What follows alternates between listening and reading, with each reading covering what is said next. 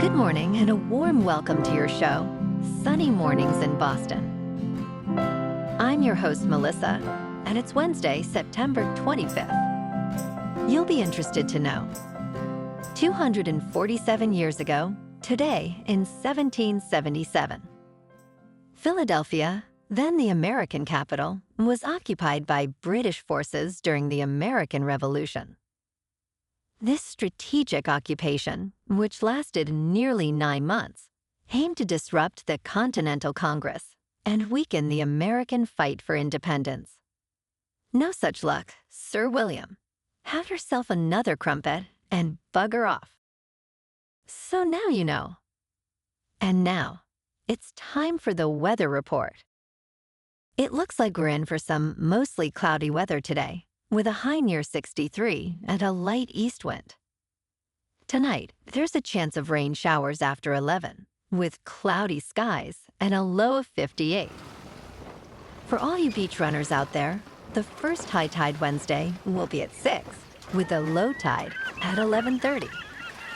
The nearshore buoy at Cape Cod Bay reads 64 degrees for the water temperature. Looking ahead in the weather, expect rain showers and thunderstorms on Thursday, with a high near 68 and a low around 59. Friday brings a slight chance of morning rain, then mostly sunny skies and a high near 73. The weekend looks pleasant, with highs in the mid-60s to near 68 and lows around 54. Bonjour, food enthusiasts. This podcast is brought to you by Versailles Cafe and Pastries in Encinitas. Nestled on El Camino Real South, just north of Encinitas Boulevard, this cafe is a haven for culinary delights. Indulge in their amazing Eggs Benedict or their gluten-free crepes. You can grab a panini for lunch or just breeze on through to get your morning coffee. They are open every day from 8 to 5. So stop on by and don't forget to tell them Sunny Morning sent you. In local news, in a surprising turn of events, around 12,000 runners who met the qualifying standard for the 2025 Boston Marathon will miss out on a spot at the starting line. Organizers announced this news following an overwhelming rush of applications. Boston is unique among marathons, as it requires amateur runners to achieve a qualifying time based on age and gender, which many view as a prestigious milestone. This year, applicants had to beat their qualifying time by 6 minutes and 51 seconds, marking the largest cutoff in the race's history, aside from the COVID-19 impacted 2021 event.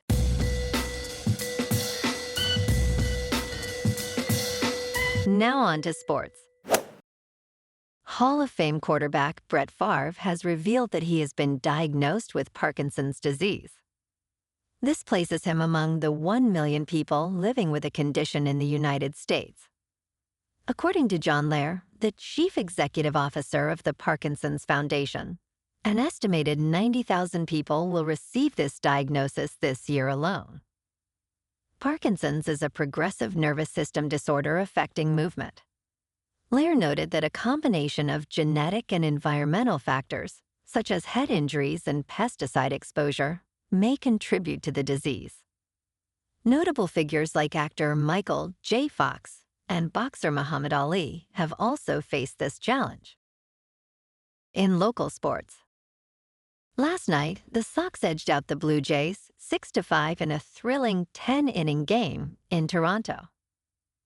Trevor Story and Rafael Devers each knocked in 2 runs, while Yoshida added another RBI. Chris Martin secured the win, and Shugart earned his first save. Brian Bayo pitched 4 2/3 innings, allowing 3 runs. The Sox clutch hitting in the 10th inning, including Grissom's RBI single, sealed the victory. This win brings the Sox season record to 80-78. Tonight, the Sox face the Blue Jays again at 7:07. Richard Fitz, with a 2.25 ERA, will take on Kevin Gausman. In top news, scientists have unveiled a third state of life, where dead cells take on new functions after the organism dies. This phenomenon, explored in a recent research review by biologists, highlights ongoing studies into xenobots and anthrobots. These innovative cells could potentially deliver drugs without provoking an immune response and assist in addressing conditions like atherosclerosis and cystic fibrosis. The concept of the third state reveals a fascinating and somewhat eerie aspect of biology, as it shows that even in death, cells can adopt new roles, opening doors to exciting possibilities in medical science. In business news, on September 25, 2024, Thailand's government launched the first phase of its ambitious $14 billion digital wallet stimulus scheme, aiming to invigorate the economy. This initiative will eventually provide 10,000 baht each to approximately 45 million people.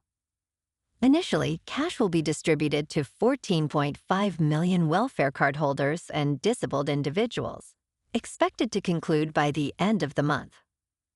Prime Minister Paetongtarn Shinawatra emphasized, cash will be put into the hands of Thais and create a tornado of spending. However, the scheme faces criticism from economists for being fiscally irresponsible. In crypto movement, Bitcoin is just over $64,200. Ethereum is just over $2,600. And Solana is $152. Moving on to a more local vibe. In our community spotlight on health and wellness, we are working with a national Pilates studio to bring you some free classes, so listen up.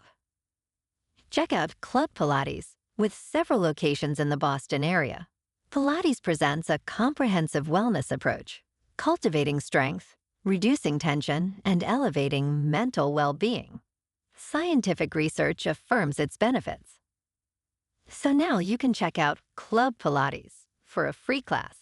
With locations in Canton, Wellesley, Hingham, Brookline, and Framingham, just be sure to tell them Sunny Morning sent you by. And now, back to the show. Let's talk science. The famed poet's grave, lost for over 450 years, has been discovered at Notre Dame Cathedral, according to scientists. This revelation emerged during a significant restoration project following the cathedral's devastating fire in April 2019. While archaeologists successfully identified one body from an epitaph, the second body remained a mystery. Now, researchers believe the remains belong to the French Renaissance poet, Joachim du Bellay, as reported by France's National Institute of Preventive Archaeological Research. The archaeological efforts, which commenced after the fire, continue as officials anticipate reopening the cathedral in December. And in entertainment news, on Tuesday, renowned filmmaker James Cameron, known for his work on Terminator and Avatar, joined the board of Stability AI, the company behind the controversial image generator Stable Diffusion.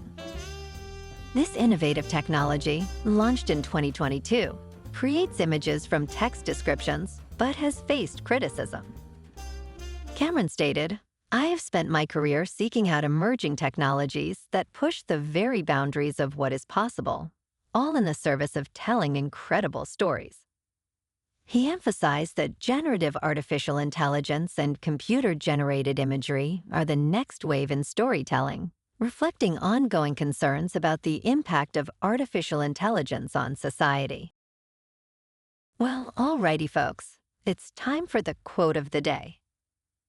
And today, our quote comes from the American actor, director, and producer, Clint Eastwood. And he said, "Respect your efforts, respect yourself." Self-respect leads to self-discipline. When you have both firmly under your belt, that's real power. And that's a wrap for this morning.